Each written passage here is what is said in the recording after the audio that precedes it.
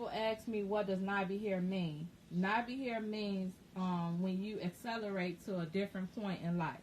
Again, when I first started, I didn't have any money. I had my daughter at 19, and I pretty much didn't have any money then. So I had to buy synthetic wigs. So when I started making more money, meaning like I went to school to do nails. I got a cosmetology degree. I mean license, and I started doing nails. I started making more money. When I first had my daughter, I was a server. I was a waitress. I waitressed at all the restaurants, Red Lobster, Chili's, Bennigan's. I was like the top server for like 6 years, and then when I ended up getting fired, because in Illinois we have this thing called at will. So meaning like you can get fired at any time for any reason. You can get fired. So my last job was Leona's, and I worked at Leona's for about 2 years. And I'll never forget, I was going into work, and I'm all happy. I'm on my way to work. I'm serving tables. Serving tables is fun. Depending on what city you live in Chicago or in Illinois in the suburbs, it's fun serving tables. You meet a lot of nice people, and you make money while you're doing it. So I'll never forget, I went into work at Leona's. My daughter was like 4 or 5. And when I walked into work, the girl was like, hey. I said, hey. She said, they firing people today. I said, oh, well, I hope they don't fire me. And sure enough, soon as I came around that corner, my manager, she met me at the corner. She said, hey. She said, let me meet you in the office. Let me talk to you in the office. So I'm like, okay. I'm not thinking I'm going to get fired because I'm the head server. I ain't never been late. I'm a good server. I get good compliments. People be like, I want to, the little cute black girl, I want to be in her section because she good. I like her. She know what she doing. So I'm like, I know I ain't finna get fired. And sure enough, I went in that office and sat down, and that lady was like, we're going to have to let you go. And I started looking around like, me? Let me go? Why? So they was like, well, we really don't have a reason why, I ain't had no write-ups. I barely was late at this job. And just like that, I didn't have a job. They didn't have no reason why. They were saying call corporate. Maybe they can give you a reason why, but we don't have a reason why we letting you go.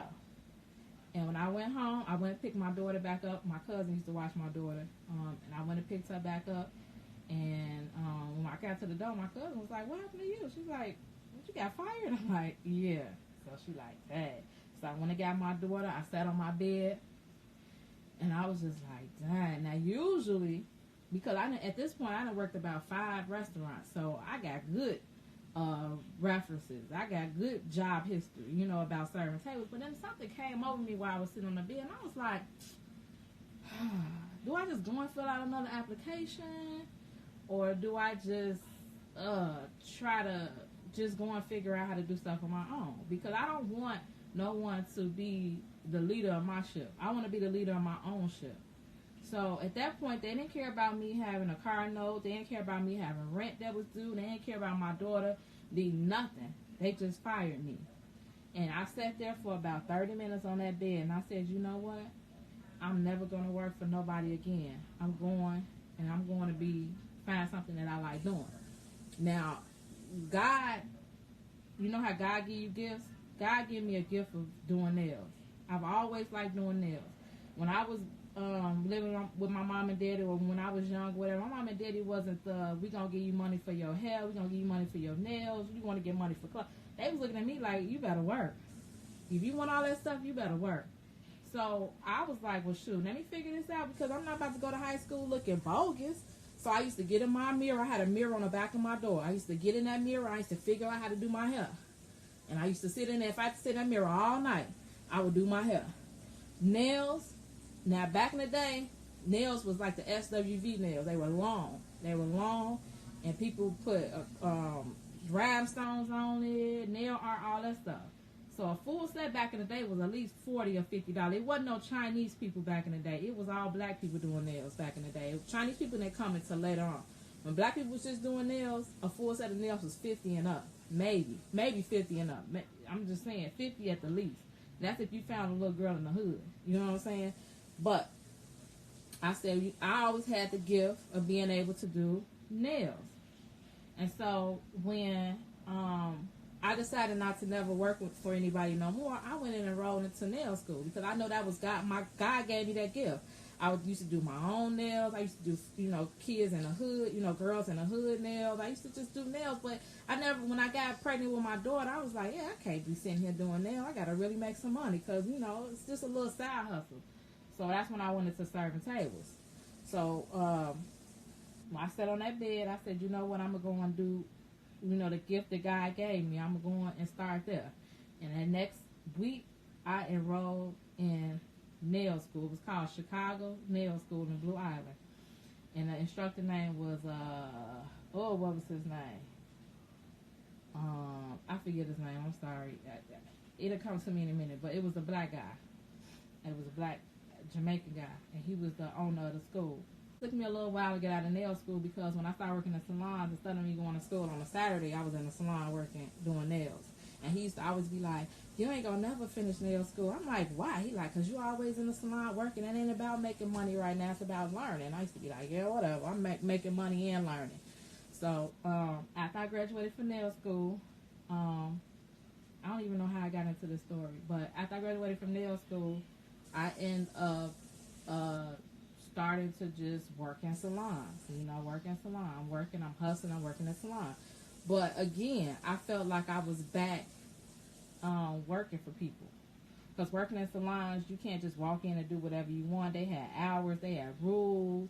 They taking a commission. A commission is maybe like a 40-60 split. So you might have charged somebody $100. Well, 40 of that is 60 of that was yours, and 40 of it went to the owner. So that's how 40-60 commission worked. So for the next couple of years, I was in salons working. It was okay. I met a lot of people. It was a lot of good things. But then the last salon I worked at, see, I have epiphanies. When I have epiphanies, it's just like they come over me. When they come over me, I listen to it. I don't know if I think that's God really talking to you. When you have an epiphany, that's really like God talking to you. And I had an epiphany. And when I had this epiphany, I was like, I worked hard in nail school.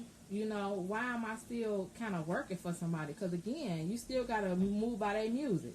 So the last salon I worked at, and I was working, again, it was a nice salon to work at. It was on the corner of Kidsy. It was busy, and it paid the bills.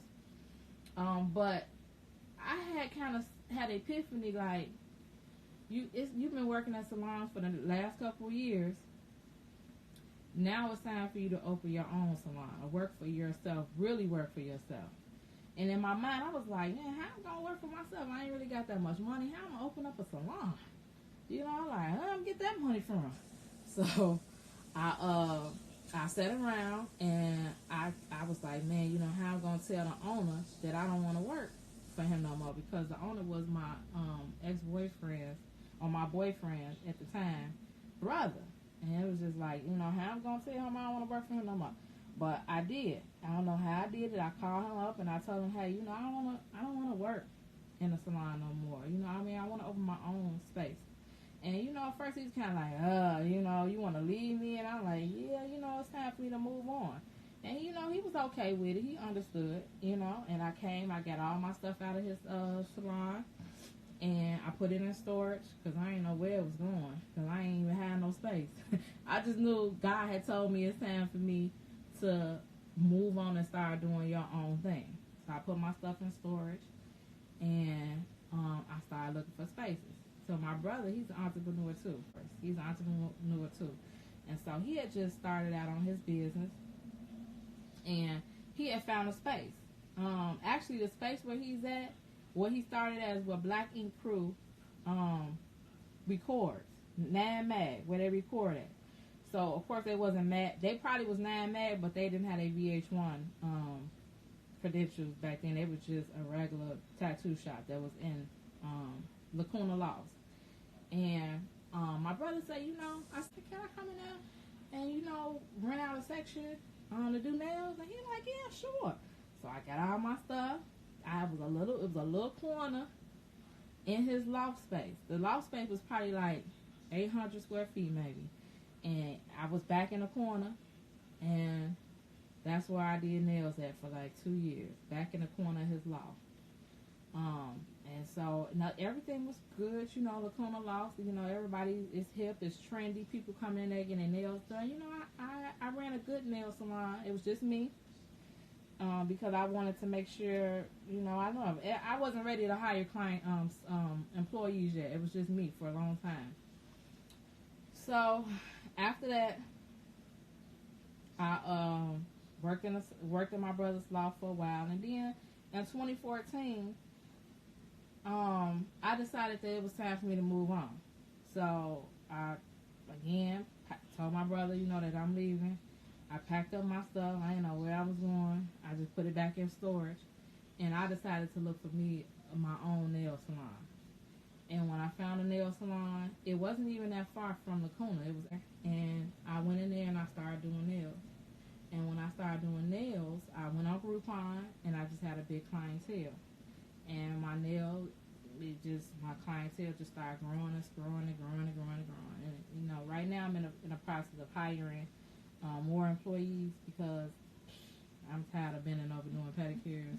I like doing no chip manicures, but my back be like, it ain't ready for no. I'm tired of doing no chip. Pedicures. I'm looking for someone to do more pedicures, and I'll just stick with the no chip manicures. And then from there, I started making more money.